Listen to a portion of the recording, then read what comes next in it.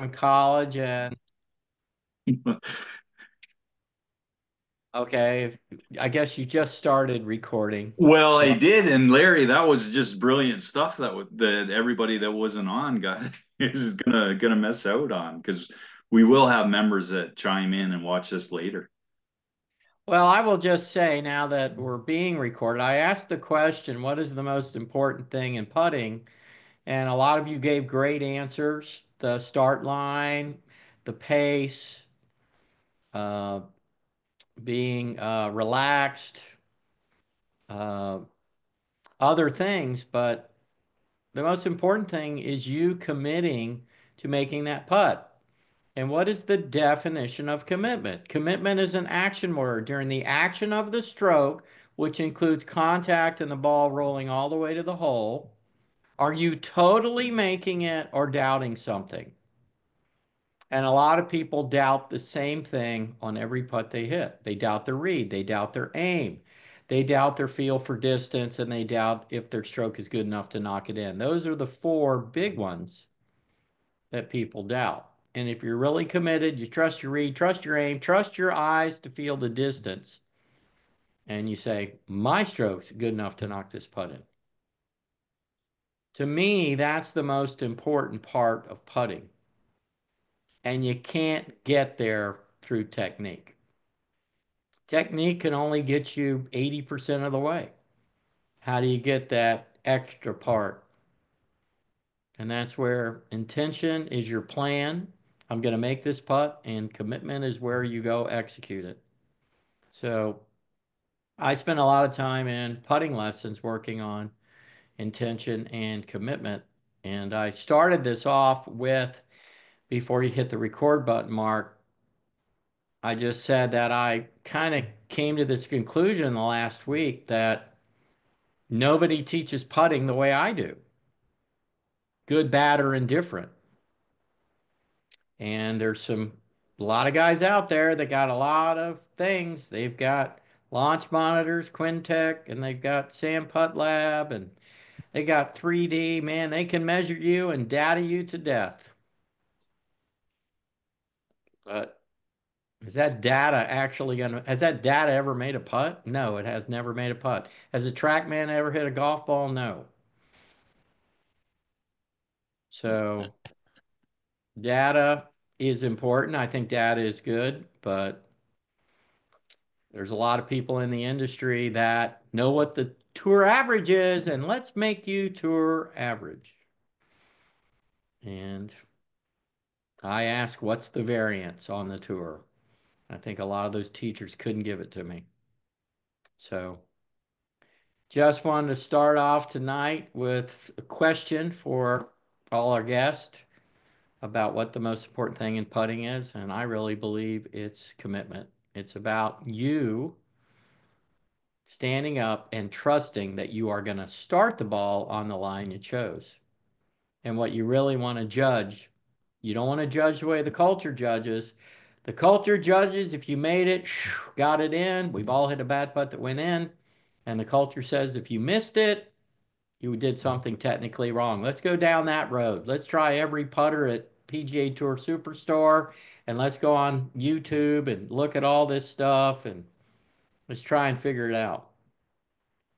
And really, you don't want to judge that way. You want to judge, did I trust me and start that ball on the line I chose or not? That's really what matters. And the people that do that have been the greatest putters. And you can't really say who are the greatest putters without having Jack and Tiger in there. They just made too many putts and won too many tournaments. So to me, that's something that, and I ask all of you on this panel, all you teaching pros, how many of you ever taught someone how to commit in putting? I would guess, and I'm not trying to call you guys out, I would just guess that probably hardly any of you have done it. Hey, Larry, wouldn't Yeah, that wouldn't that commitment skill be in all shots in golf? Like it really? is. And it's easiest to for people to understand that when it comes to putting. because there's a lot less going on. In putting, you're just swinging the putter. Your body's not shifting and rotating. So a lot less. And I'm, I always, even though I had the yips twice, I always, to this day, I commit better on my putting than any other part of my game. So, and sometimes it's good to work on the part of your game that's best and then work on the other parts and try to commit as well in the other parts as you do on your best part. It's So we funny. only had to wait for 5 minutes and we already got a golden nugget. Yeah, absolutely. Well, thank you for that. I know exactly what you mean. And Mark, you were talking about my videos on social media. I try to post on Mondays and Fridays. I try to keep them under a minute, except the ones I put in my newsletter. I try to have them over a minute. And so, but I really am a lot of times just trying to have something in that video that is a golden nugget. There's something you can take away from that. There's one point I'm trying to make. I always get a kick out of when somebody asks a question way off the topic. Sometimes I say, not the topic of the tip. So, anyway, so what do you want to talk about? You want to talk about Well, the golf swing? what's your update from Right Balance? Have you got any news since the last time we talked? I Last do. year? I Yeah. do. And everyone I told Mark, I'm going to email him my latest version of the upper course swing. It's called the upper course swing revised. Came out in August. And Doc has a new way that he is measuring and determining if someone is an upper, mid, or low core player. If that is Japanese to you and you don't understand what I just said, Right Balance, WRIGHT balance.com. Right Balance is Dr. David Wright. And what Dr. Wright has come up with is three swing models that 98 or 99% of us fit into. And I can show some videos and stuff and show you some characteristics of each model, but Well, we it's had it's that just last year too. yeah, You've done that, so that video is available. yeah, that video is available. But what's new is how we determine if somebody is upper mid or low core. So there's two ways to do it, and I'm gonna share the screen if I can. I think And so. let's see, I'm gonna go into sharing is not turned on. Okay. Okay, just bear with me.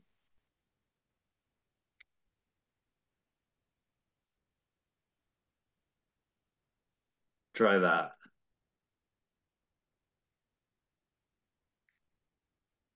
There we go. So let's see. We'll go. This should work.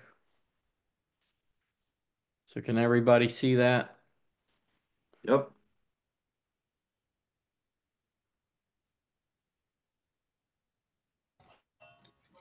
Let's see. I've got to figure out where this other one is.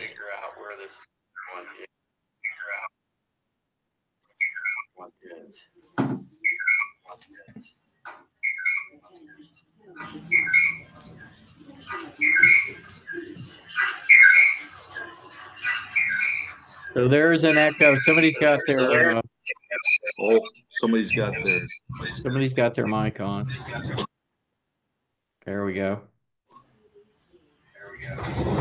That was me. Okay, now I can see it. Okay, here we go. So if you can see, there is a bar on my hips here. Can everybody see that? Can people see that bar? Yes, we can, Larry. Okay. So notice with my right hand, I'm making an OK sign. What I'm really doing here is the tip of my finger, my index finger of my right hand. I am putting pressure on the tip of that finger. Now you can do it without tape, or I could put tape on that finger, on that index finger, on the tip of it. Just some little tape.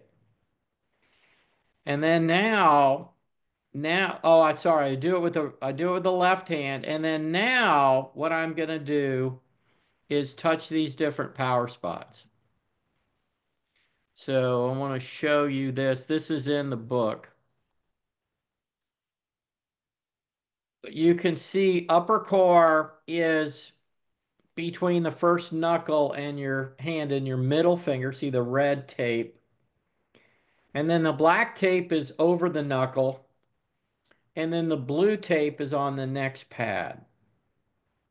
Does everybody see that? So what we're going to do is we're going to pressure those three spots with our thumb. So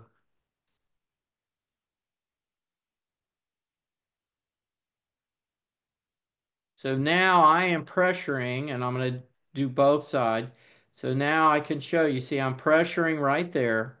So I'm pressuring right into that first pad. And once I do that with the OK sign, when I bend my knees, notice my hips square or almost close. See that? And when I do it here, my hips square and close. Now when I put it on the knuckle, so now I'm on the knuckle, and this video is in the ebook you all are going to get. When I bend my knees, my hips open. See that? Look at my hips. They're open. And when I have it in the knuckle here, you can see them twist. And then when I go to that other pad down towards my fingernail, further down, that's the low core power spot. When I bend my knees, my hips they open again. But if I go back to the upper core power spot, which I am, and bend, look at my hips. So now my hips are square. Kind of interesting, isn't it? This is how simple it is now to determine what you are. So what I do, this is in the first video in the new ebook, Determining Your Core Zone. Now, what I've been doing, because I had this gentleman today, he's 52 years old. He was in great shape. When he did this, there wasn't that much difference in the bar, not as much as you're seeing with me. So I put tape. So I put tape on this first finger. So instead of doing this OK sign, I put tape on that index finger. And I have a sleeve, or you could use the tape and put it on the power spot. He then set up, so he now kind of set up to the ball. He went to the top of his swing, so I'll kind of just show that. So he basically went to the top of his swing here. I came up and put my hands underneath it, and I said, push down, give me your strength. When you do that with on the pad where you have the three different places on your finger, so I'll stop this share here for a second just to show you this again. So when you have these three different places, so look at the red tape, that's the upper core, it's below that knuckle, towards your palm of your hand. When we had the sleeve or the tape there, he was strongest. When we put it where the black is, mid-core, he wasn't as strong, and where we put it for the low core, he wasn't as strong. So you have two tests. You have the test with the bar on your hips, and you have this strength test as well. You have both of them. And that determines if you're upper core or not. So I'll just share a little bit because I'm sure there's some people here that were not here last time, Mark. Well, that's great. Larry, is there any?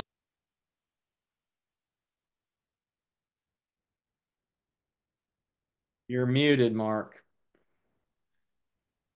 I was just asking while you're loading that up, is there any change from last time in percentages? Are you still seeing predominantly upper core?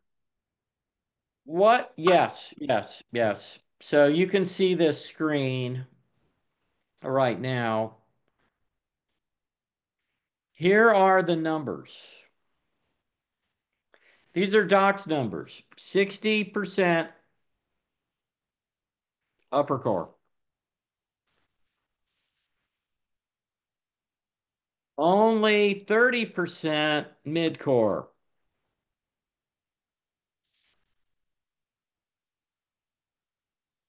And 10%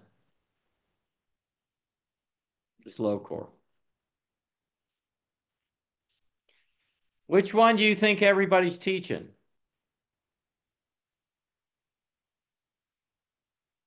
Everybody's teaching mid core. That's That your was average tour player. So they have a 30% chance of helping. I say in the new ebook that over 75% of the people I've measured are upper core. It's really 90. But again, a lot of my students are older. Uh, and I can say for, I've had a conversation with Lee Trevino. I had a conversation with Arnold Palmer 35 years ago.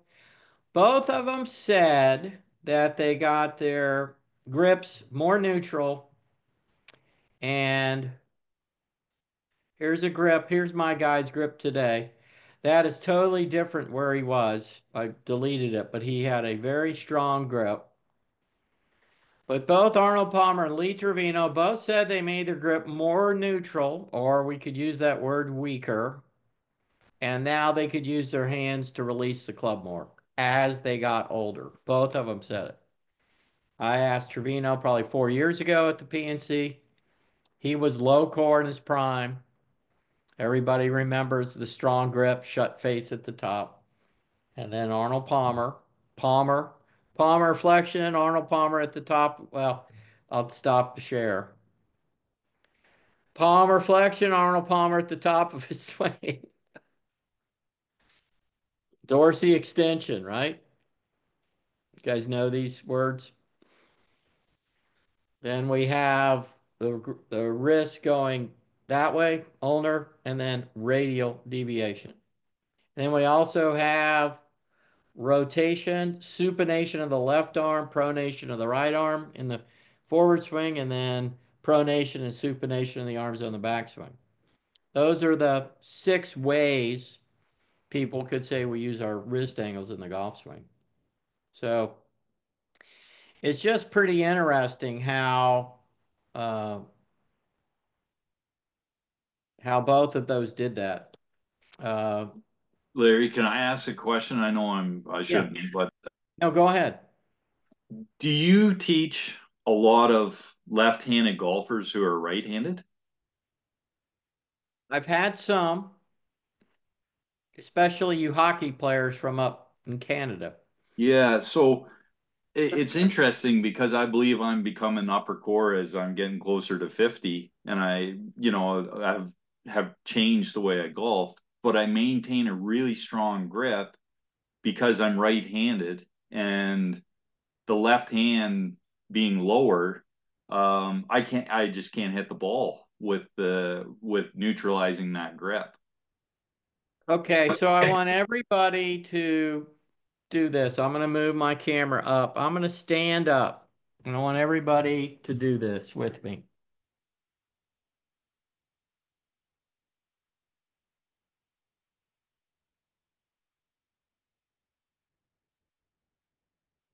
Now you just got to see me. You don't have to see yourself. It doesn't matter if you're right or left-handed golfer. Your left hand grip, you can see the way I'm turning it. When your left hand grip is correct, if you're right, it's your backswing as a right-hander, okay? That left hand grip affects your backswing. And if you're a left-handed golfer, your right hand grip would affect your backswing. Okay? So I want everybody to take their, if that's dead neutral, I want you to just make it a little stronger, not too strong. And then just turn, keep that right in front of you. And if it's correct, you should be able to turn a long way on the backswing. So everybody try that, okay? Now I want you to take your hand and turn it real strong, like Dustin Johnson strong. And now I want you to turn the same way, and I can only go to right there. So are people seeing the difference in how far you can turn with your hand versus one way or the other?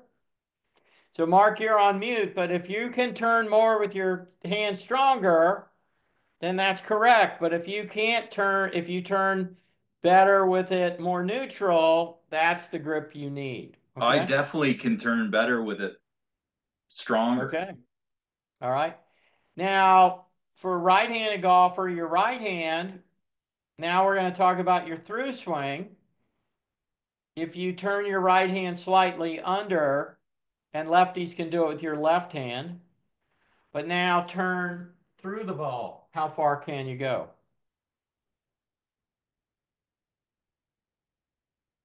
Do it with just one hand, Valerie. So just put your right hand slightly under, and then just keep it right in front. No, don't. You're trying to play golf. Just put the hand right in front of you and turn dead level through. And feel how. There you go. Good. All right. And now turn it way under. That's low core grip. And now try and turn. And I stop right there. That's all I can go. Now, here's what's interesting, and this is something kind of new with Doc Wright, is Doc is finding a lot of upper core. He says he even has measured mid and low core players where the right hand is now, your trail hand is on top. So if you turn your trail hand on top and turn that way, how far can you go? I can't go very far. I'm better with it slightly under. But just try that and see what your range of motion is. But if you're ever trying to change someone's grip, like this gentleman I had today who had his hands probably 8 degrees or more too strong on the club, and you show them that they've got a ton more range of motion with the correct grip, I think you have convinced them that they should do it. I did a Zoom lesson last Monday night with a gentleman. I said, "What's going on?" He said, "Well, my back is hurting. I'm trying to clear my hips and my back is hurting." And sure enough, we saw his hands, and his hands were like this on the club. He had taken a lesson from me, and I could see in his video he sent, he had made his grip stronger. So I said, "Okay, put your right hand, your trail hand under and turn through." And he went, oh God, that hurts. I go, "So your strong grip and you trying to clear your hips is why your back's hurting you." Meanwhile, guess what he's doing? He's going to TPI, and they're working on getting him more range of motion and getting more rotation. And everybody's drinking the Kool-Aid that if you can rotate your body faster through the ball and you clear your hips, you'll hit it further. Does everybody know that the hips are slowing down, the body rotations are slowing down, probably about P6 or even before? Does everybody know that? Have people studied that? Hey, interesting you say that, Larry. Today, or it might have been the last few days, but I saw it today. Golf.com, the old golf magazine, they had Peter Costas do some information. And he basically said everybody who's trying to create power with their feet are kind of out to lunch. As he says, the feet are there to support you underneath. You got to get, and he's very kind of similar to your message that we get the club head moving with the small muscles, the hands, the dexterity, and rotation and that sort of thing. But this jumping stuff that they're talking about, and you know, a lot of ground forces and stuff outside the natural is like he was. I don't know whether you follow Peter Costas or know Peter Costas, but it was a pretty good little video. Well, I've known Peter for over 40 years. Peter was in the Golf Digest schools of my mentor, Bob Toski. Peter was actually the third person Bob hired. The first person was Jim Flick, and then the next person was Peter Costas. So Bob Toski, we can thank Bob Toski for any of you that all you do is teach like I do, for having the luxury of not having to have anything to do with running the golf op, and all we do is get to show up and teach golf and watch the golf op go on around us. Because Bob Toski started the Golf Digest schools in the mid 70s, and they were successful, and a lot of those teachers that were in that Toski had teaching with him are in the Teachers Hall of Fame. So it was Davis Love Jr., it was Peter Costa, it was John Jacobs, it was John Elliott, it was Chuck Cook. Chuck Cook was a range boy the first 2 years. He set the range up for him. So Jack Lumpkin, and there's others. Toski used to have Bob Rotella come to the schools. So yeah, I've worked with Peter. I worked with Peter some in the mid 80s when I couldn't see Toski, I'd see Peter. So I've known Peter for a long time. And he knows about right balance. His son is right balance certified, John. He's in Scottsdale. Peter has gone out to see Dr. David Wright. Peter's ego won't allow him to use right balance and upper, mid, and low course swing because he wants it to be his stuff. Hope he doesn't see that, but I think it's true. See, I didn't come up with right balance. I didn't come up with the upper, mid, and low course swings. Doc Wright did. I'm just an advocate. And I But you've think all of you, simplified it, Larry. I think you need to take some credit here. Like I go on Right Balance, and I'm a huge fan of yours, and I try to be a huge fan of Doc Wright's, but he's talking aerospace science to right. a little hick from a 36-hole public golf course in a small town, you know. So Yeah. that's where I think you need to step back and take some accolades. Is that you've presented it in a way that's digestible and is a way Well, to. I try to do that as much as I can. I'll tell you a funny story. Hank Haney was on right after me on Sirius XM. I had a radio show for 6.5 years. And one day I had somebody on as a guest, and I get this text from Hank, like, Larry, if I don't know what you guys are talking about, who does? And he said that's why Bob Toski and John Jacobs, that was his mentor, were so great, is because they spoke in a language everyone understood. So I was already on the page of really trying to communicate in a way that everybody could understand what I'm trying to say. But after that text, I said, okay, Hank, get it.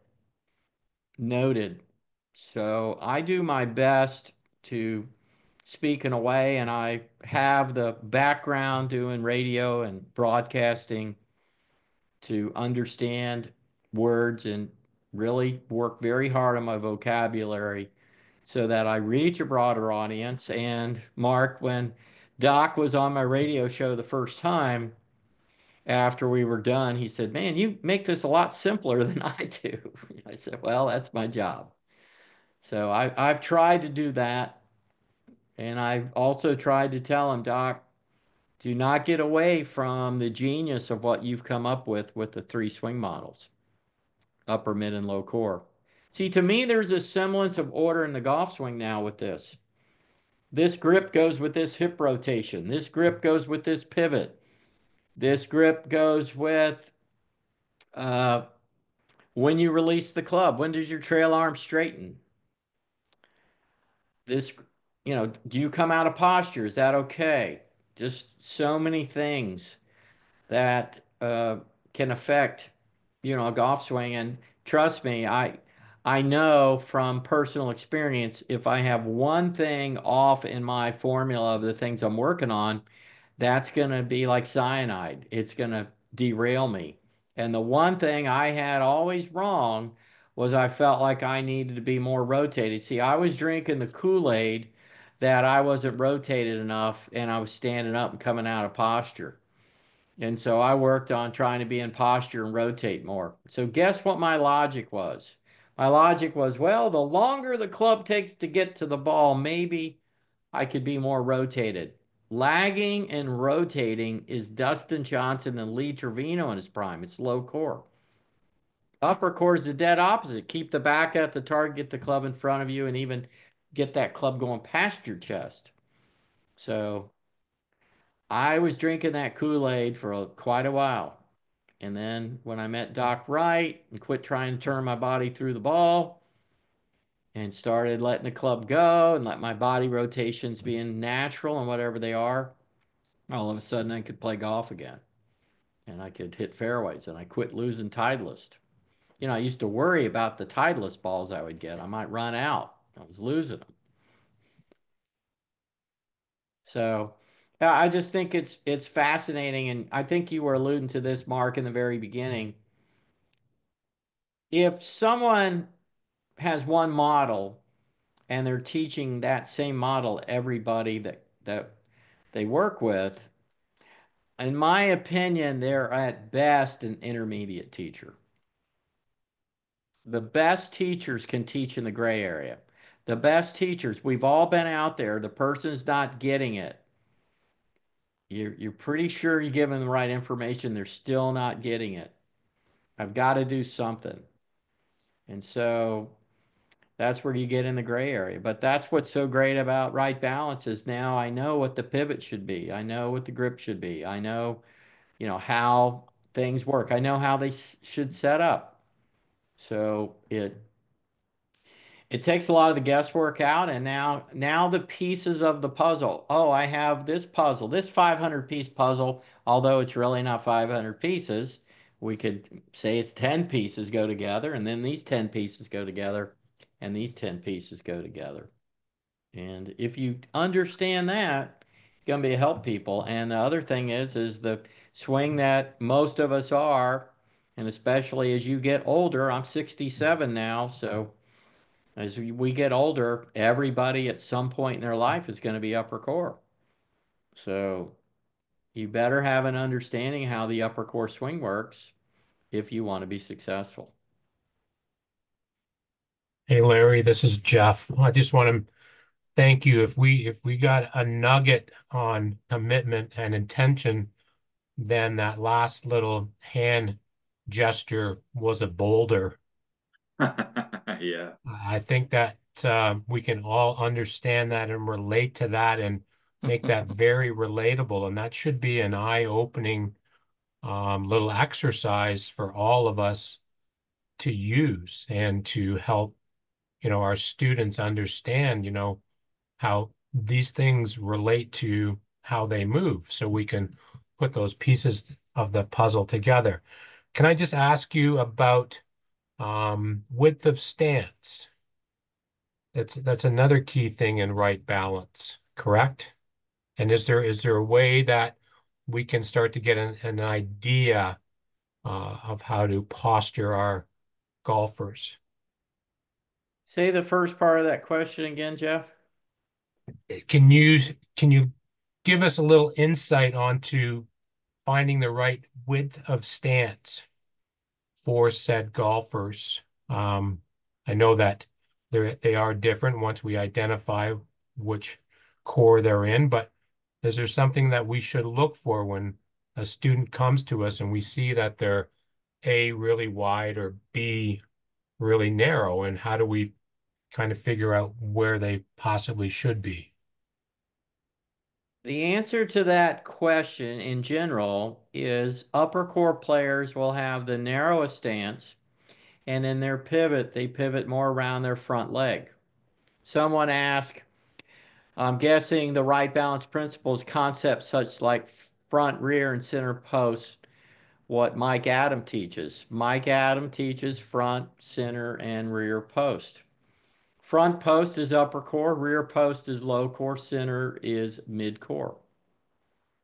So that is your, so talking about stance width, the wider your base, the more lateral you're going to move. The narrower your base, the less lateral you're going to move.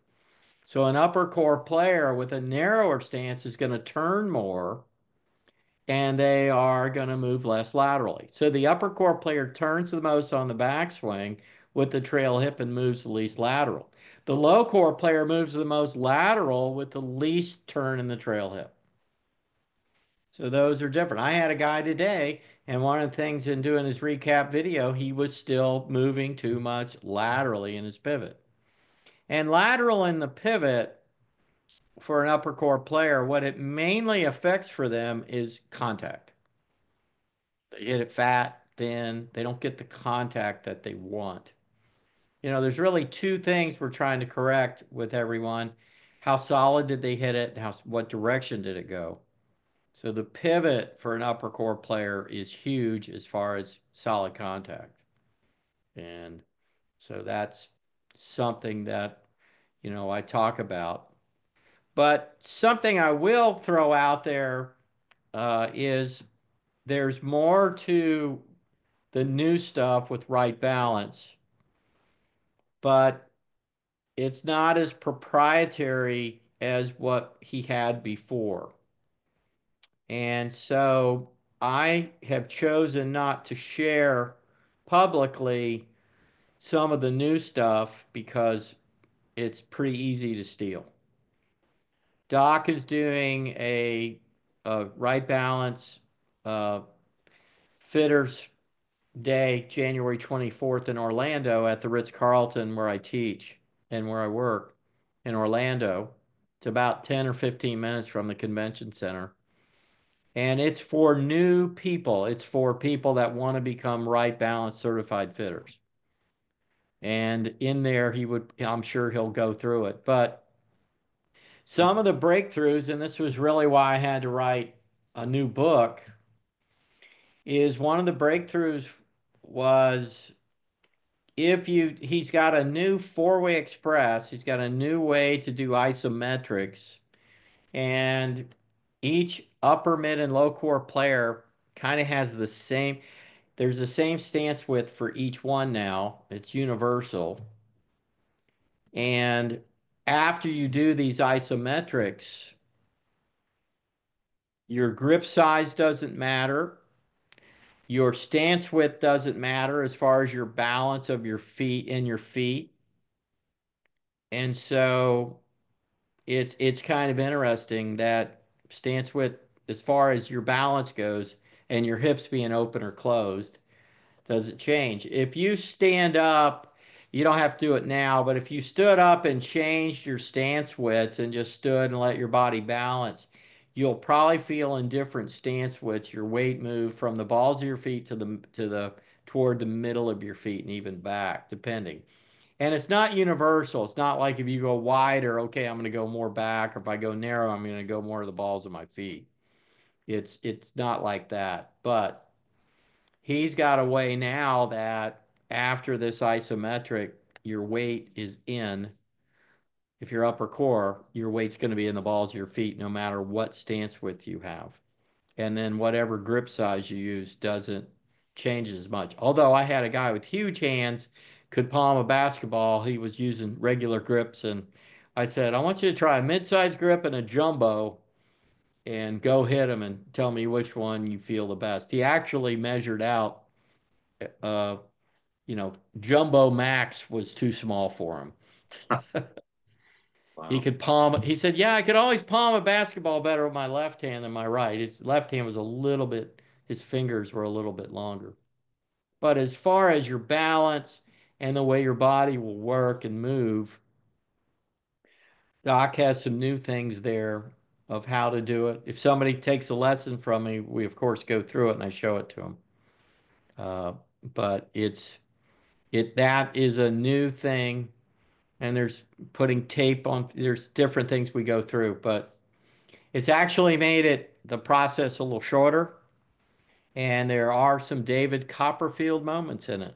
Kind of like some of you maybe felt a little David Copperfield change in your grip and how that affected how much you could turn. You can just nod your head. Did you guys notice a difference with a different grip when you turned each way? I I did. see. Yeah. I see some of you nodding your heads. Yeah. So, uh, but as far as the models go, and as far as how do you set up and what are the swing characteristics of each model, that hasn't changed. That's the same.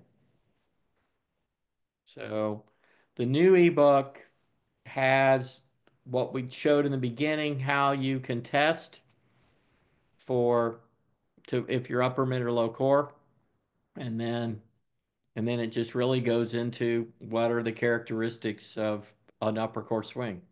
There are some things in there about what low and mid would do, but it's mainly based for someone that's upper core. The books that I've written, for the most part, really were written for after lessons.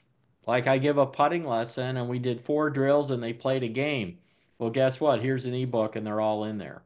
So I really want my students to be able to retain a lot of the information that I'm giving them. Larry, while you're sitting right there and you're zoomed in, spotlighted for us, can you do the hands again with the different pressure Oh, points? okay. Okay. Just like because we got you right up close and personal. Okay. So if you look at my hand here, I'll use a pen or pencil. So low core, or upper core, excuse me. See this knuckle here? Upper core is right there. See This it? is on your dominant hand or your bottom hand? The middle finger, your California finger. Yeah, but on your left hand or right hand? It's both of them. Okay. Could be both. But this first pad right here is upper. In the knuckle is mid core. And then right there in that next pad is low core. Here, I'll show you. I'll do something here.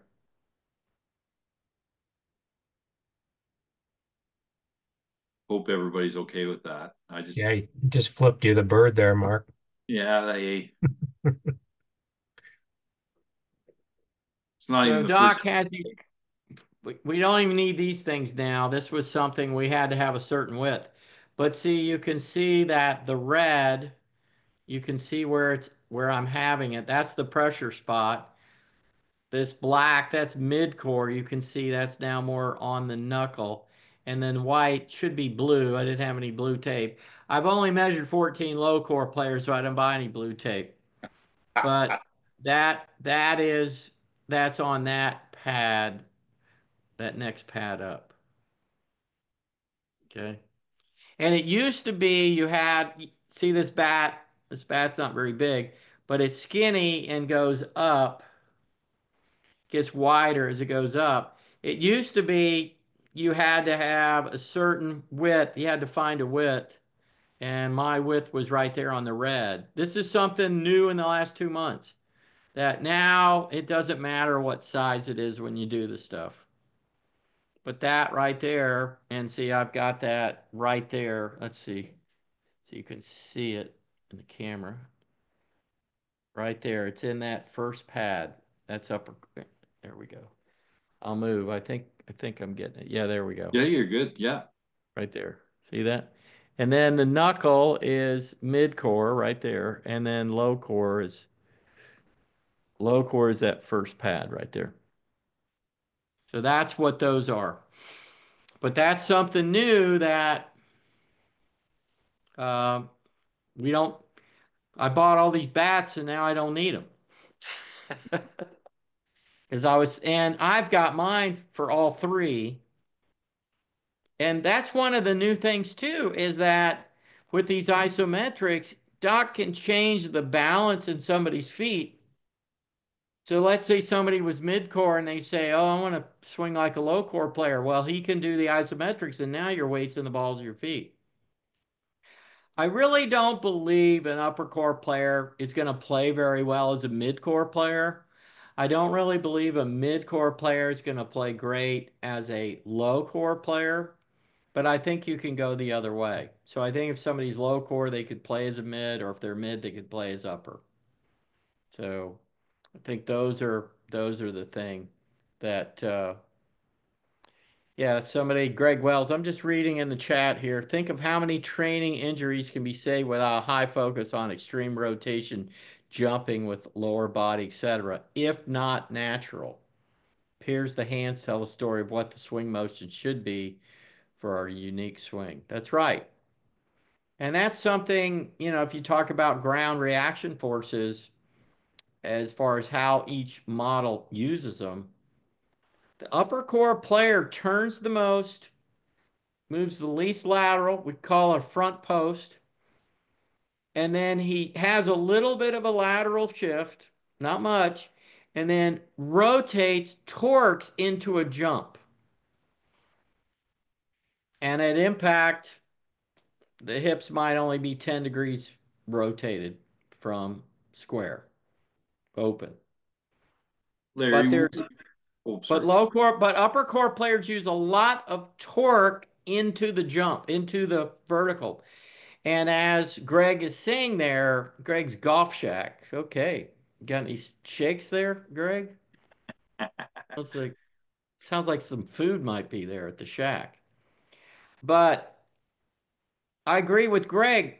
See, that stuff should happen naturally. If you pivot correctly and make the first move correct from the top, that's the place where most people make the mistake. Right there from the top. That's where most people make their mistake in their golf swings. And from there, after that, is damage control. But if most people get back correctly and make the first move, if they're athletic, they're going to use the ground the way they should. But I agree with Greg, just like my old guy that I had the Zoom call with last week. He's got too strong of a grip and trying to rotate as clear as hips, and his back is killing him. And he's going to TPI guys thinking they can help him by rotating more. Hey, Larry, quick question. Do you get a lot of your students focused on how far they hit it, or are they predominantly wanting to be more consistent? And the second part to that is, do you explain to them you're going to hit it as far as you can hit it when you hit it the best you can hit it? Like distance is distance. Well, I thought I had never met anybody that did want to hit it further, but I think I had a guy today that did want to hit it straighter and didn't worry Oh, about how far he hit. He might be the first one. But I think that's the carrot that gets people wanting to rotate more because the industry, the culture has people believing the faster they can rotate through the ball, the further they'll hit it. When in fact, the body rotation, we know thanks to 3D, is actually slowing down. You watch Rory hit a ball, he comes to the top, he shifts, he rotates. It's almost like he rotates backwards for a frame there and then kind of goes through and jumps. Uh, so, but it's interesting, this guy that I had today, he was swinging three left as a right-hander, hitting down 2 degrees. So there, and he had 96 miles an hour with his driver. So just getting him to swing straighter and hit up on it or hit flat, that guy with roll is going to pick up 20 to 30 yards. And with his grip too strong, what do you think he was doing going through the ball? He was hanging on. So he didn't have a whip. He didn't have a snap. That video that I posted of Sam Snead, my brother sent it to me, how Sam Snead's saying, you're trying to hit it with your shoulders and trying to hit it with all the wrong stuff. You got to have a snap. You got to snap it here. Love that video. That was so good. I don't know how many of you saw it. But I posted a video today, said basically said rotate your arms and hands, don't clear your hips. Like get your focus on your arms, hands, and wrists. Get them out of what your ass is doing. Hey, Larry, I listened to a comment by our Canadian Sean Foley today, and he referred to if the body was in golf was a 5-speed transmission in a Ferrari, that first and second gear were the feet and the body, and the speed came from gears 3, 4, and 5, which are the arms, the wrists, and the hands. That's I basically would what he said agree. I today. would agree 100% with that. Right. Yeah. And And in then I, my world, the the little muscles are in the leading role. The big muscles are in the supporting role.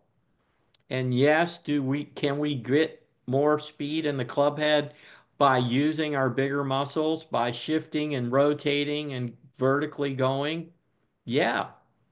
But if you didn't have a wrist lever, if you didn't have anything that you could set, let's see if I can show this. Yeah. If you had no wrist angle, so all you have was your arm hitting it like this, if you couldn't set a wrist and rip it, you'd hit it nowhere. And I get a kick out of these knuckleheads that think that that's passive. yeah, right. Kyle Berkshire, the long distance guy, the other day did another crazy cool thing too, saying that he derives so much with his arms, his wrists, and his hands that people don't really understand the importance of it. So thought I'd just Well, share I that. think, we're having here in America, we're having a revolution with a new president coming next year. So I'm not going to get political. You can probably guess as an independent contractor and a golfer and a guy that played pro for a living where I might stand on working and you get paid for how well you perform, how where I might stand on that.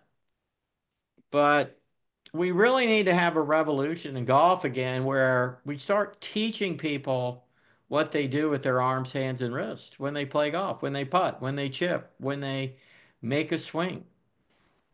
And then if they can learn how to put the club on the back of the ball, then hey, you can wind up and make it go faster. But Bob Toski, when I had lunch with him the day after his 98th birthday in September, he said, I know it pissed some people off when I put this video out, but he said 90% of golfers don't have good hand-eye coordination. Well, we've got to teach it. Yeah. Got to love them and encourage them and say, hey, you've got to start learning how to do things. I remember I had this dad. He came in for 2 half days with me. My half days are 3 hours. And he said, hey, can you take the last half hour and work with my 10-year-old son? I said, sure. So the first day we hit some putts and he was, you know, just really not that with it. So the next day we're on the range. And he can't find the ball. I go, so what sports have you played? He said none. I'm like, okay, he's got nothing, you know? It's like somebody shot something in his arms and hands. He doesn't know where they are. It's just like, this whole idea of what you're doing. And the truth is, it's really neurological too. The brain, the hands occupy a large portion of the brain in the frontal motor cortex, where that part of your brain is what controls the movement of the body. So many things we do with our body has to do with these things called our hands and what we want to do and what we want to touch, shake, twist. And that's one thing Toski said. There's so many things we do every day with our hands without any conscious thought. So some people, we just have to encourage them and just really give them an idea of what you do with your hands. But yet the industry is telling people you putt with your shoulders and don't use them. I mean, it's like, come on, when are we going to get rid of this misinformation?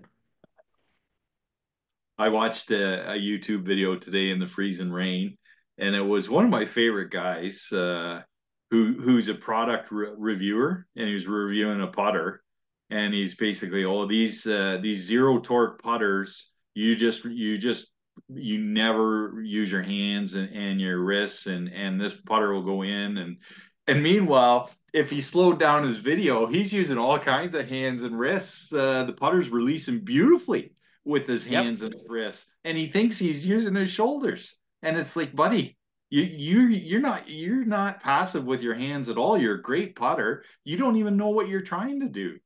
I saw a Amazing. video from a Hall of Fame teacher in the last week. He had a Coke can between his two forearms, right here, like, you can get the picture. Okay. And he said, yeah, this takes the hands out. I'm just like, golly, it makes me just want to go nuts. Yeah. And guess what I say to all my students in a putting lesson that are trying to putt with their shoulders, not use their hands and wrists and keep the triangle? I go, how's it working for you? If it was working, you would not be here. They go, you're right. Yeah. Quit watching YouTube unless it's Larry Rinker. I tell people that all the time. Well, we started off talking about putting, but the first Yeah. thing I always try and do with someone with a putter is what do you do naturally and intentionally, or naturally and intuitively? And I just roll a ball at them, they hit a ball. I go, there's your stroke. That's it. My friends that have sand putt labs tell me no two strokes are the same. And the pros, the best putters, they hit 10 putts, looks like they hit one, and the guy that's not a very good putter hits 10 putts, looks like he hit 10. So, but the game starts with the putter. How many of you work with beginners? I think all of us. Yeah. Toski used to always say to me, Rinker, you think you know something? Go work with some beginners. You'll find out if you know anything or not. Yeah. So it's like these guys, I mean, this video in the last couple of weeks, another so-called top teacher. Yeah, how to hit pitch shots without using your arms and your hands. Toski would say, what are you going to do? Stick it up your ass? I mean, it just it goes on and on, this stuff. You know? And guess what? The sad part is, what do we all do if we're taking the lesson it's not working out? Who do we blame? We blame ourselves. Oh, I guess I'm just not that good. We blame ourselves. We don't blame the information. So, and I'm not here to beat up these other guys. I'm really here to help people. I'm here to give you my opinion. Yeah. Well, Uh, you've helped our organization last year, and I think this has been very helpful tonight too, Larry. I think if nothing else, exposing our members to some new truths, and realizing that, me included, before I ever saw my first Larry Rinker video, I would have taught lessons for years saying that you can control your big muscles and learn to use the big muscles, and realizing now, well, if you can hit a quarter length shot with your hands and your wrists, then you stand a chance of actually hitting a golf ball, because your hands and forearms and all those small muscles and dexterity becomes so important. So I well, think it's kind of like you there's guys up in Canada play hockey. yeah, You guys not only are skating all over the place backwards and everything else, but you got some stick in your hand that you're whacking a puck with. yeah, and using it for balance and everything. People don't realize And that. and how much are you using your hands and wrist on a slap shot or when you pass the ball to your teammate or you try and steal the ball from the opponent? Yeah, And yet you have all that, but oh, golf is different. We use the big muscles and the little muscles are passive. So but it's but uh it's really an epidemic, that stuff. And see, where I think this comes from is, see, tour players have unbelievable hand-eye coordination. And they think because they're not consciously controlling it, they're not using it. So they put their awareness somewhere else in their body and they go, oh, it's my shoulder. Oh, my shoulders are moving. That must be what's moving it. Meanwhile, they're doing this with their hands and wrists. So I think some of it comes. And so if you're a tour player teacher that can't bust a grape, and we have them, and they're working with that tour player and they're not having to teach them how to use their arms, hands, and wrists, and they're more in, getting, the club more on plane, or just, doing a few little things. They're just tweaking them. They're already great players if they're out there and winning tournaments. But good luck working with Susie Smith, who, hits it 120 yards, and see if you can help her, you Yeah. know? So, do I consider Ben Hogan a low core player? Yes. Doc Wright would say he's low core. So, his book, that picture of his belt buckle tied to the doorknob and his hips rotating, the famous video many of you maybe saw when he played Snead in Houston, and at the end he said it was all in the hip movement. Uh, he's actually messed a lot of people up because he's low core. But another thing he's messed up, and I think this goes for Jordan Spieth, is Snead had a very neutral grip with his left hand. So his left hand grip should have been very strong. So, but you have to get into the mind of Ben Hogan. Ben Hogan wanted to duck hook the ball with his arms and hands and have it not go left. So he had his grip off by probably 8 degrees or more.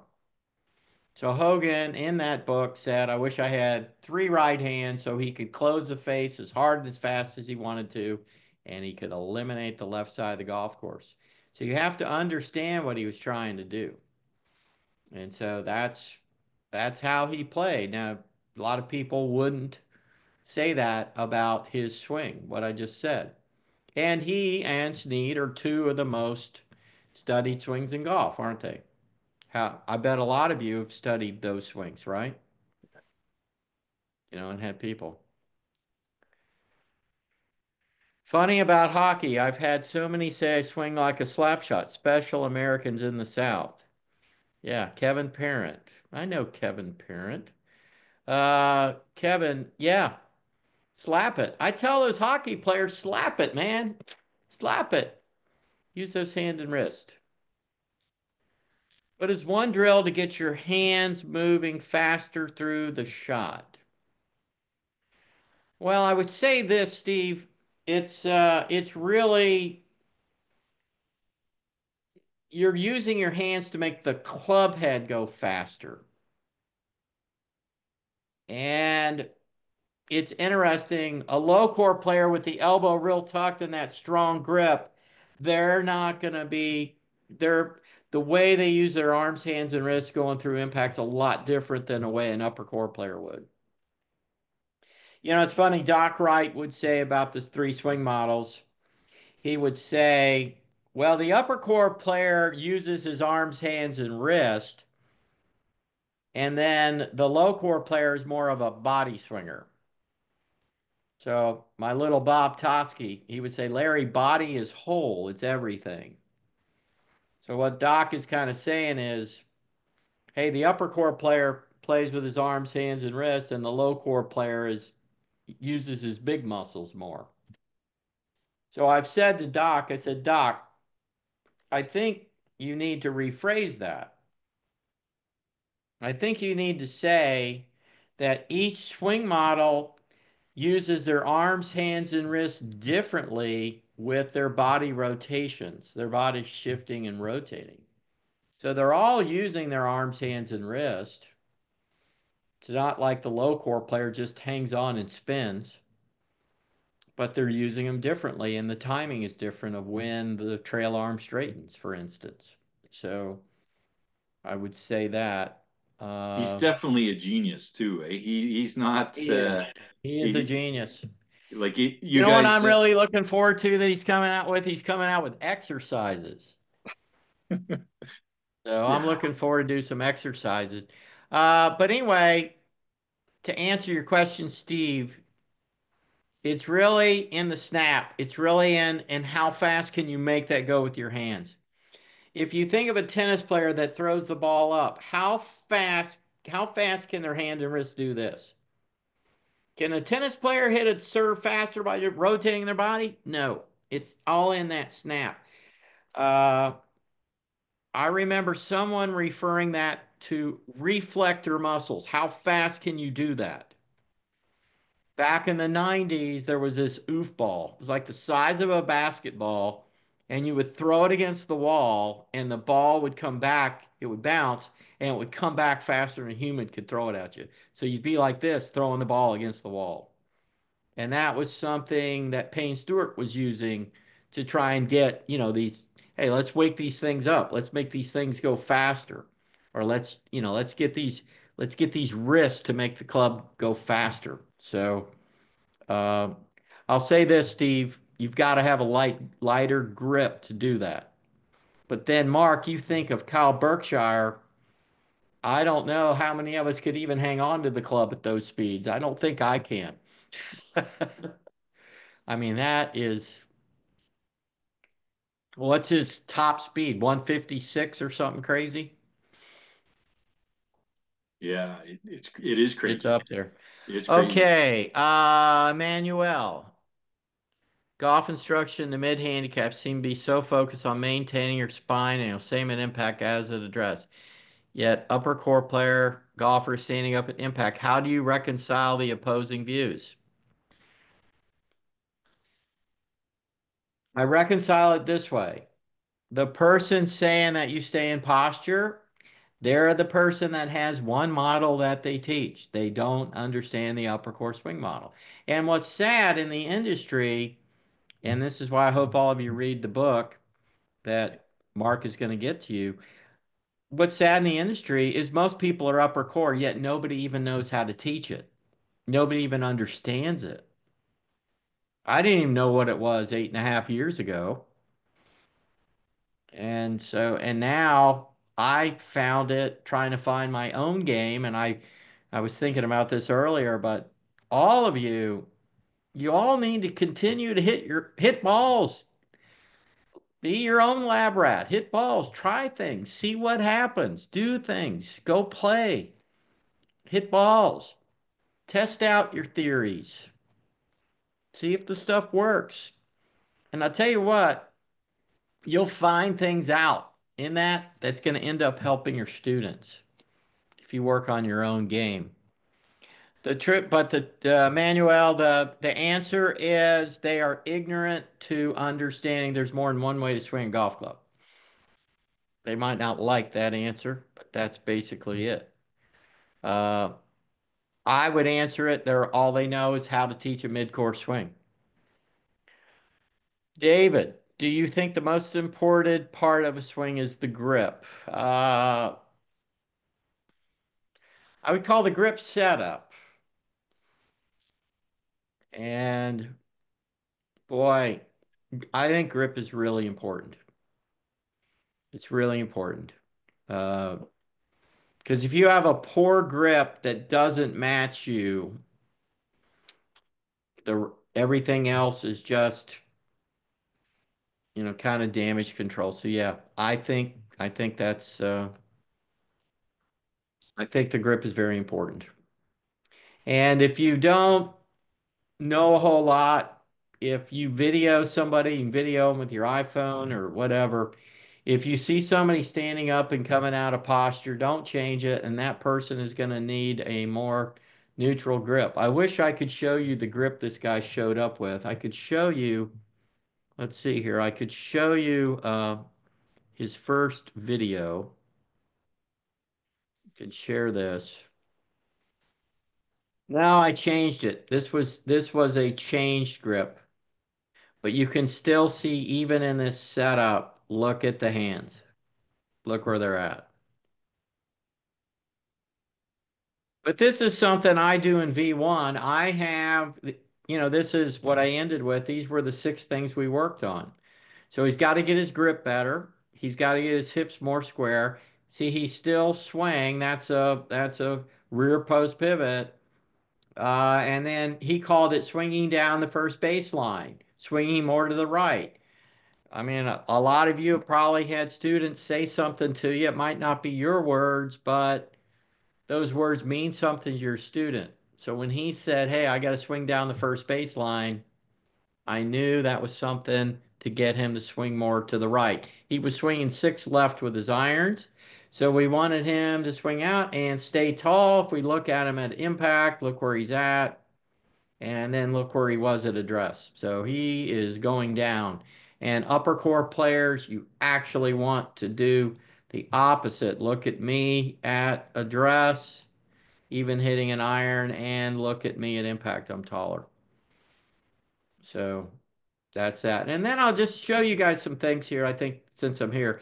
See, here's Paul Azinger, low core, strong grip, even had the club face closed too.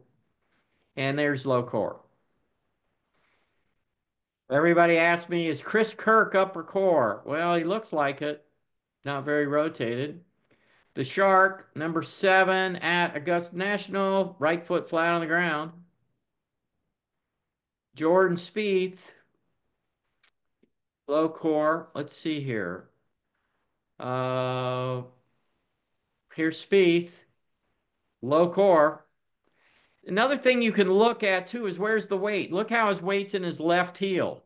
You cannot jump out of your left heel. That's why low core players use vertical ground reaction forces the least. Here is Langer. So here's Langer in impact. How about this guy winning at 67? He's won tournaments since he turned 50 in '07. So he's looking more and more uh, going toward upper core. He had a strong grip when I first met him and played with him in the early '80s. Let's see here. Webb Simpson. I filmed this at the U.S. Open in 2019. There's upper core. Look at how the right leg straightens in posture. Look at the leg straighten. And then here's my sister, pretty good player. There's midcore. There's your textbook swing, as they say. Left arm perfectly on plane, club just under the plane, hips rotated 40 to 45 degrees. There it is. And then one of my lady students, Kathleen, see, low core has much more knee flex, and boy, she's rotated. There you go. There you go. Yes, Eric, upper core has more early extension build on the release. I'm getting older, so I don't jump as much as I do, but look at how much I've jumped there. I was hurting. I shot these videos for the new book. So I was really working on trying to get as long a swing as I could get. You can certainly see there's the extension. Let's see if I can find one that Well, is it's funny because Chris Kirk seems to be early extending every time he drives the ball. Like with right. his iron, you don't see that much, but with his driver, I noticed that a few times, and you just showed a picture of it. It's like, wow. Yeah. Yeah. Let's see here. Here's an old one. Let's see. I don't have this one saved, but see, you can just see the standing up. Let's see here. Um,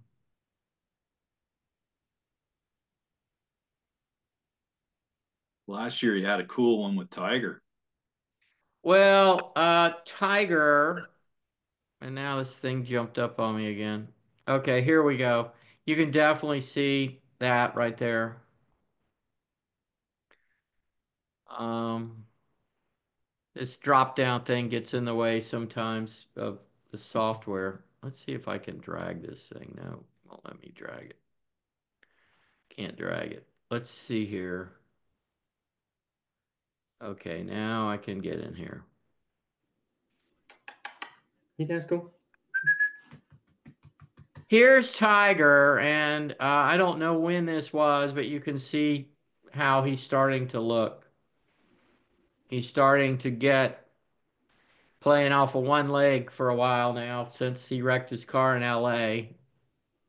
He is more uh, upper core. And, I'll say something else too that I think will get you guys going a little bit. Here's Tiger. This is old Tiger, but there he is at impact. So he's looking kind of mid-core there. This was probably Butch's days. This is probably close to 2000. Here's one. Look at the wood. Look how small the wood is. See, I think Tiger was low core in his before he met Butch. And then I think Butch got him, changed him. Here's something funny. Here's David Toms. This is the guy they said was my model. I said that's the way I should look. So hopefully you guys can see that that doesn't look like me there. Let's see. So that doesn't look like me, I don't think. So I don't think that's a good model for me. And let's see here. The one I wanted to show you guys. Here we go. So we got all this thing about you've got to keep your club head outside the hands on the backswing. You guys know what I mean? Yeah. Where's that club head? That guy's in the Hall of Fame. He's won 3 out of the 4 majors. Look at this. Holy cow. What's this whirly? Oh, then there and then there. But how about that backswing right there? So I'm only showing you this because this idea that you keep this club head outside your hands and hooded is a fad, folks. It's a fad. Because see, everybody wants to look like this guy. Here's picture perfect, right? Perfectly on plane. When's the club head get on plane? Oh, right here. Watch how long this thing is on plane. The whole way, folks. The whole way. And there is Adam Scott. There's your perfect impact position, but it's really not perfect. It's just his. Um, so, these are just some things that you can see. Grant Wade has a lot of people would consider his swing to be very textbook. You see where he's at. Look at the way he looks at impact. There's your mid-core swing. So, uh, just some things to show you here uh, about these different swings. And I think a lot of those things are very interesting. So you can see that person that is teaching one swing, there were a lot of different ways all those guys did it, right? Yeah. The old saying, find it in the dirt. Guys used to bang balls to find it. I think that's another great thing, really, as we're kind of wrapping things up. But I think that's another thing with what's so great about right balance is in a 2-hour lesson, I can have a total game plan for somebody of what they need to do. I showed you that video of my student today. That's like, here's the 6 things. Here's the 6 things we got to work on. And then now I'm just monitoring it, just making sure, okay, are we staying with these things that you got to do? But guess what? The hardest thing for him to do was to change his grip. And that always is the hardest, right? You guys know that old joke. Change somebody's grip in the first lesson, you probably never see him again, right? Yeah. Yeah. Okay, with upper core, would you advocate for higher hands at setup, or would you generally be taller at impact, or just let it happen? Greg, the Golf Shack is back. Love Shack. Okay, I would say There is ulnar deviation. There's more ulnar deviation for an upper core player. So uh, if I share, let's see, do I still have that? Yeah. So if I share this screen again,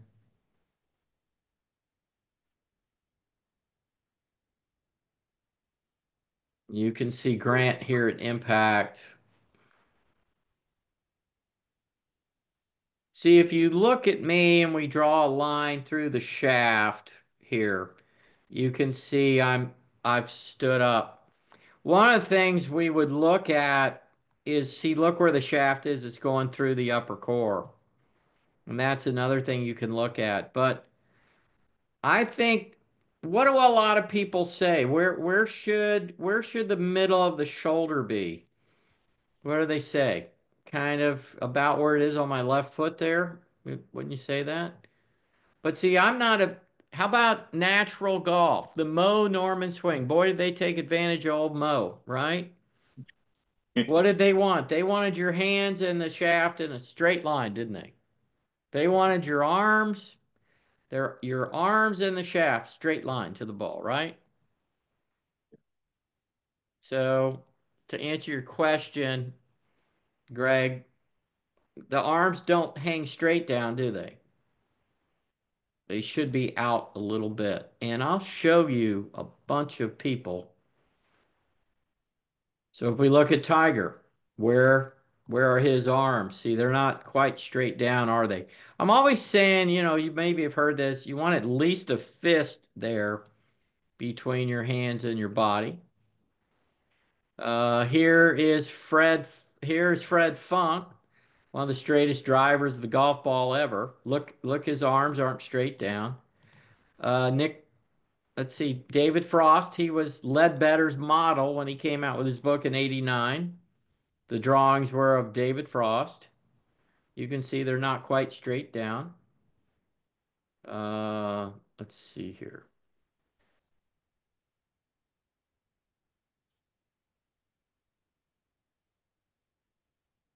Nick Price, I want to tell you what, this guy in the early 90s, nobody hit the ball better than he did.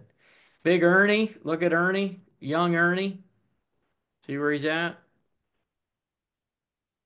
Woozy, little Woozy. Guy could hit the ball to the moon.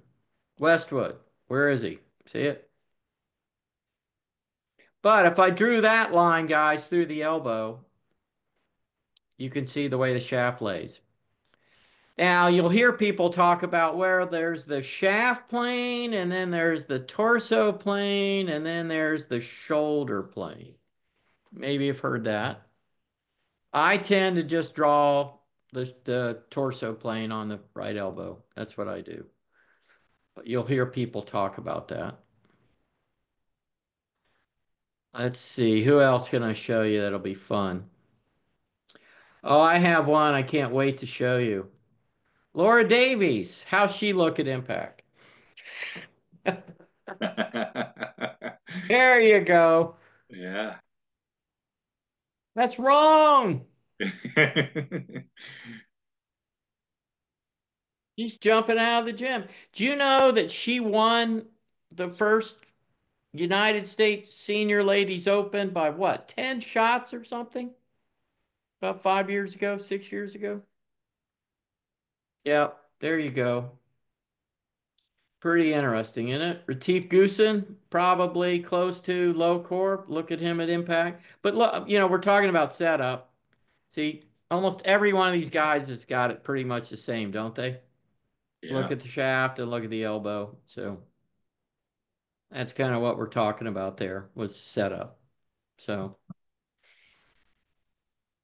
Larry, you've been a tremendous host tonight.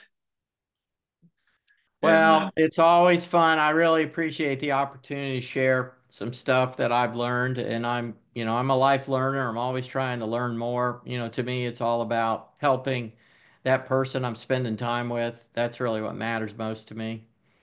And I thank all the people I've been able to be around in my life. And I thank Dr. David Wright for simplifying and having a semblance of order to how these pieces of the puzzle of the swing work and to say, okay, we got three models and these pieces, these things go together with each one. And that's the tough part in the industry. If you're on YouTube, like this guy had today, he's been trying to, figure the game out through YouTube. It's not bad if you need to learn how to change the battery and your key fob of your car. That might work for you on YouTube. But you never know, how does that tip work for me or not? So uh, YouTube's been I great just for us because it does send people into confusion, and we become the clarity people as well, right? That becomes our position. It's not necessarily turning out players or anything else. It's trying to simplify things and taking the knowledge that you've shared with us and sharing it with our communities. That we're all in kind of small communities, and yeah.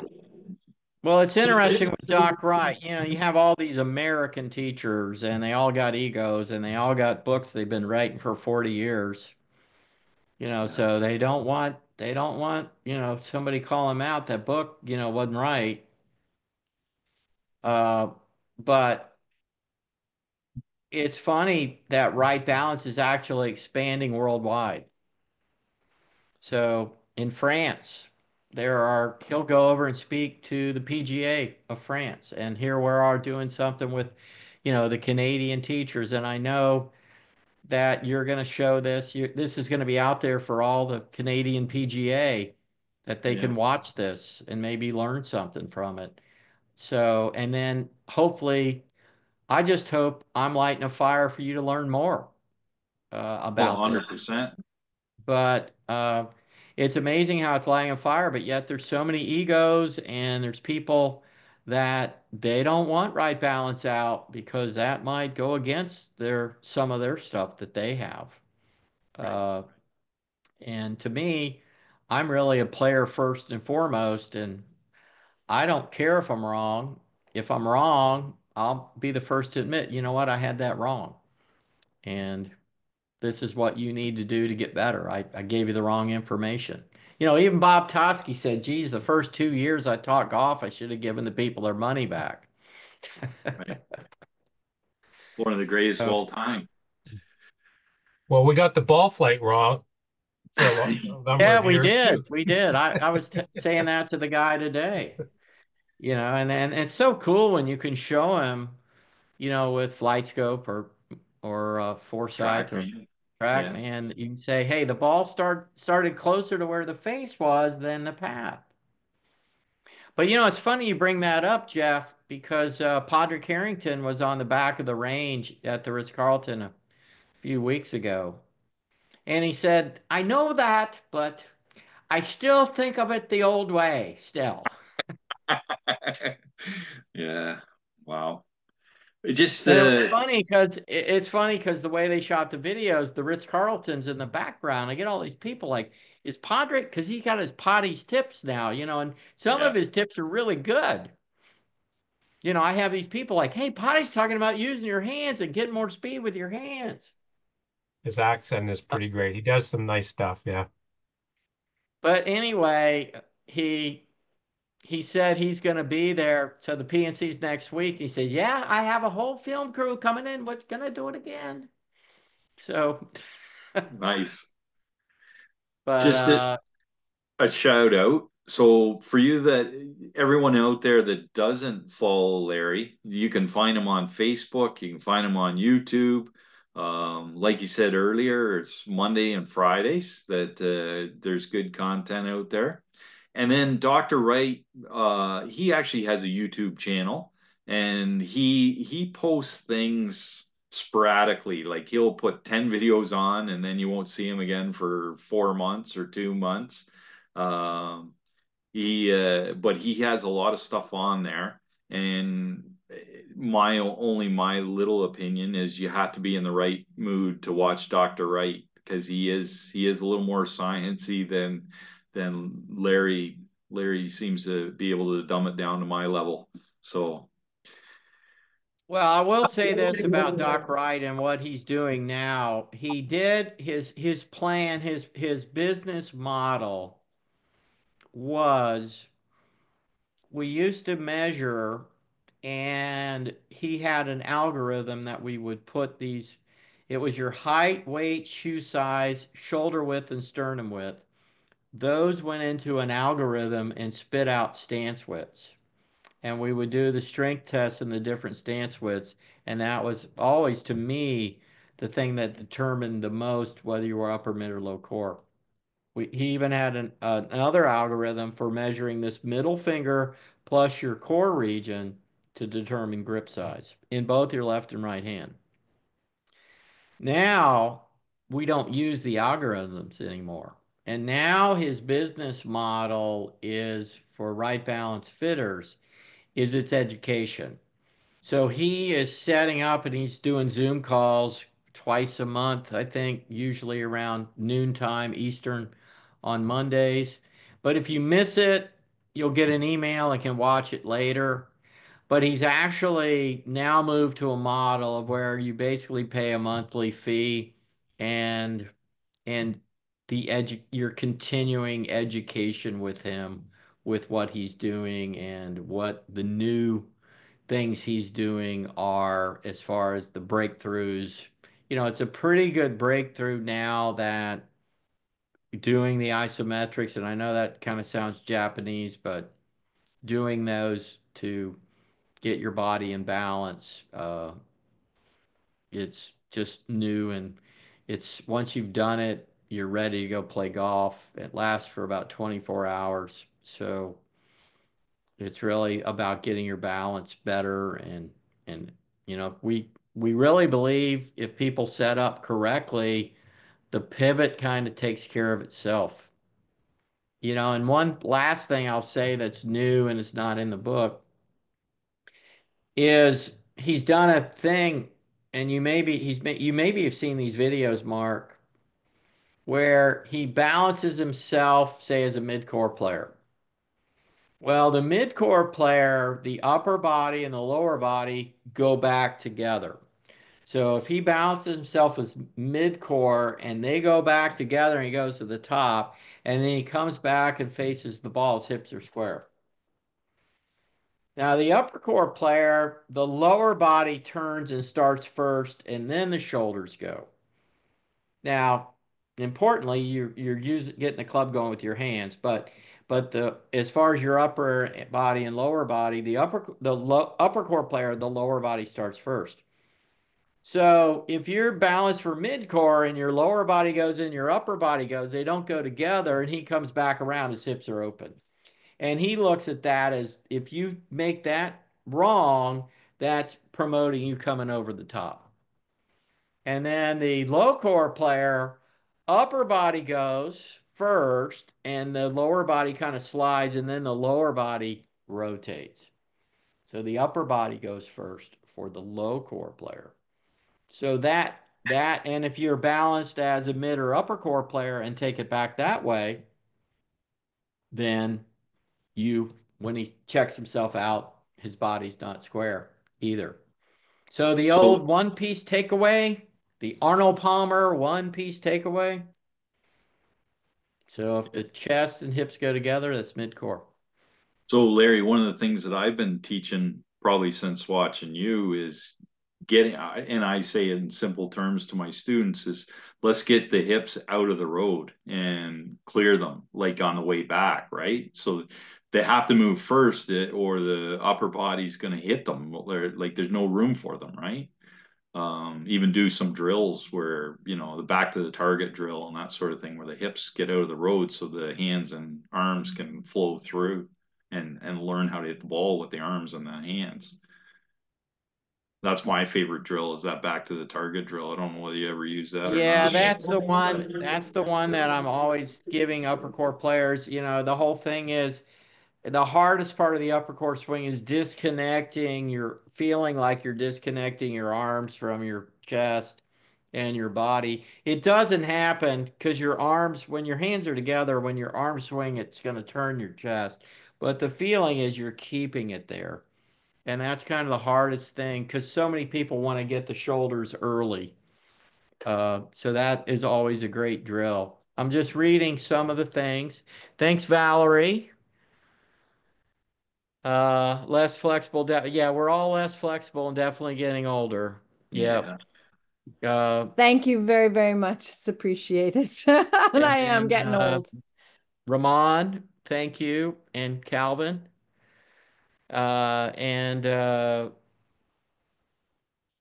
tell you what, Valerie said something there, and see, I love how eager all of you are to learn. And look, when you get the right information, you kind of know it, and then go try it yourself. Go out and hit some balls. Look, if you wonder, well, am I upper, mid, or low? What am I? And just video yourself. And if you understand what the simple swing characteristics are, I give 10 of them in the book. It's the last page, it's a matrix. But if you look at that and you go, okay, which one do I kind of pan out towards the most? Then that's probably what you are. And the thing I'm looking at all the time is how rotated are your hips and are you early extending or not? What's going on? How does your body work? And really what we're trying to do is get people to find their natural swings. That's the thing I always say to people. I say, doesn't this feel a lot more natural to you? And most of the time I get yes. And that's always music to my ears. They're like, wow, this is like effortless. I've been trying to hit it so hard with my big muscles that I didn't realize I just flicked it through and snapped my hands and wrist. And wow, the ball really goes when I do that. So, That's hard to learn though, Larry. I've been working on that and well, it's it's difficult to hard, get Valerie, happening. because it's hard because people have not been taught how to use their hands and wrists and their arms. See, the whole thing is that blend of how you use them. You wouldn't be all Okay. hands and wrist. You wouldn't No. be all arms and no hands and wrist.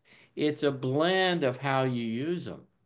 Okay. And it's amazing if you barely hang on to the club and swing the club. It's amazing how when that club has a freedom to swing, it kind of frees you up. But uh, this epidemic of clear your hips and rotate more through the ball, people are hurting their backs and they're not hitting the ball better, especially as I don't know, what are the golden years? Am I in them? 67? The gold, getting getting They're getting older, more all golden. older. I mean, hey, don't You're all of there, you buddy. work with You're there. old? I hate to tell you that. You're there. Thank you. I'm there. That's okay. I admit it. But hey, put your hand up. How many of you work with old people?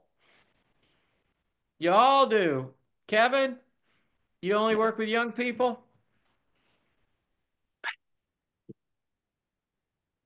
Yes, I work with both. Sorry for not participating. That's okay. That's okay. It's all right. Steve, old people? Yeah, there you go. Okay. But Well, Larry, it's 8:47, all right. and I don't want to cut you off, but I feel that we should, because you probably got a lot of things to do tomorrow, and you probably want to go watch the Montreal Canadiens game. Um, Probably not. Based on you calling the puck a ball, I don't think you're gonna watch any hockey soon, are you? Did I call the puck a ball? Yeah, a couple times, but that's okay. Okay. I was But trying to say puck. I said puck a few times. but hey, I'm not criticizing you. I'm just I have I trouble following the puck with my old eyesight. I yeah, lose it. yeah, How do you you're looking guys at like it when they add that thing do you like that where it makes it a little easier to see the puck? well, I think Valerie doesn't Canadians like it. no, Canadians have they know where the pucks are. It's not something that moves too fast or You're they used to you know how to look, you know how to watch yeah, it. yeah, yeah. I think they do. Hockey, unfortunately or fortunately, is like a birthright in Canada, right? Yeah. Yeah, You guys do it. You yeah, probably skate before you learn how to run. yeah. I played hockey today, so and You I'll did? play, yeah, and I'll play hockey tomorrow too, and the next day. So I'm at the arena quite a bit. So, I love it. anyways, yeah, Larry, it's been a great evening, and I want to thank you so much from all of us because your insight and your kindness to share with us and make us better. I think is tremendous, and I think your willingness to share with the whole world uh, free information on the YouTube is great because it's not that long ago when people wouldn't share anything, right? Like, Yeah, and I think that's real important. And I think part of it, I don't have these things where I charge people to watch my videos. You don't even, if you click on a video, you don't watch even an ad on my videos. no, I don't monetize them. We all know people out there less fortunate that I think you got to give something back to the game. And so I do that. Hey, does it end up bringing people to come see me? Yes. But really, it always warms my heart when people send me a text or send me an email and say, "Hey, I watched some of your videos. It's really helped me." So you well, never know. I never know who I'm influencing or who yeah. somebody, but hey, if I've helped some people, I'm really happy about that. And if I've done anything other than inspire all of you to learn more and study this more and really have passion for teaching and what you're doing, then I've done a good job tonight. Well, you've done a great job tonight. Jeff Howe and I Fantastic. are Jeff Howe and I are going to come see you. Not this winter. Okay. Jeff Jeff's getting a new hip in 2 days, so Oh good boy. good Yeah. luck, Jeff, buddy. Thank you. Yeah, and just everybody, thanks again for coming out and supporting the CGTF, and thanks Larry for doing a wonderful job. It was just a great night. I will publish this to YouTube and have it out soon on Okay. my channel. And Great. Larry will send me. Share it with all the Canucks. Yeah, Share it with all the Canadians. And you guys, I tell you, I always enjoyed playing in the Canadian Open. You are some of the most friendly people and great fans of the game up there. So, and you all like to winter in Florida too, my home state. So, Right. yeah. Happy Well, holidays to you, Larry. Thank you yeah, very happy much. holidays. Merry yeah. Christmas, Merry everyone. Very Christmas. Yeah. grateful. Thanks for having me tonight, Mark. All right. Thank you. Thanks, Happy Larry. holidays to everybody too. Yep. Yeah. Thanks, Mark. Thanks, Jeff. Thanks, Larry. Thank Cheers. you. All right, everyone. We're going to sign off, and I will send out the ebook as you guys email me. Larry will get it to me in the next few days. So by the end of the week, I'll start emailing copies out by request. I'm not going to blanket the whole organization, just people that request it. And for Kevin that didn't get last year's ebooks, I'll send the last year ebook too. So if you put an email in there saying I want last year's and this year's, I still have last year's. So, all right, everyone. Hope you guys have a good, safe few days over Christmas and out of the elements. We got all kinds of crazy weather up here, and maybe you guys can get down to Florida and see Larry. I am emailing you the ebook as we speak here. Well, now the pressure's on me to get it out. There you go. Thanks so Well, much, everybody. It's gone. It's yeah. to you. There you go. Thanks, Larry. I'll start emailing them out in the morning. Okay. All All right. right. All right. Take care. Thanks, Thanks, everyone. Thanks, everybody. Larry. Okay. Good night, everyone. Good night. Thank you. Thank you. Good luck, Jeff. Hey.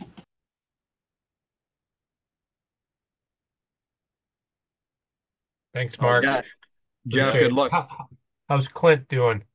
A little better. I talked to him tonight, but it's going to be a while. He's just starting to see light out of his one eye. So, Oh yeah. yeah. Mm. So, anyways, it will be it will be a day or two. Yeah. Thank you guys. Well, Yeah. Thank you. thanks, Good luck, everybody. Jeff. All right. Mark and Thank Jeff, you. Thank you. saw Appreciate who's it. tagging along? Ah, Oh. how you doing? Laura. Laura, how's everything going? Awesome. Yes, Yeah. that was so amazing. So thank you. That was really cool. Yeah. He's pretty unbelievable guy. So Yeah. yeah, knowledgeable. Eh? That's the fun part is the knowledge he shared with us. Yeah. All right. You guys have a Anyway, good just night. wanted to make sure she got the lucky. Hey, she gets to meet you, Jeff, and Larry on the first night that she ever does like Wow, a eh? seminar. Like, what the heck? Like, I had to wait a while for that, guys. Yeah. Like, Yeah. wow, this is so A cool. It was triple header. Yeah. Yeah, the triple header, like day one. Like, how does it get any better? Yeah. It's meant to be. Yeah. Yeah. All right. Thanks, guys. Have a good night. Okay. Okay. Bye. Later. Cheers.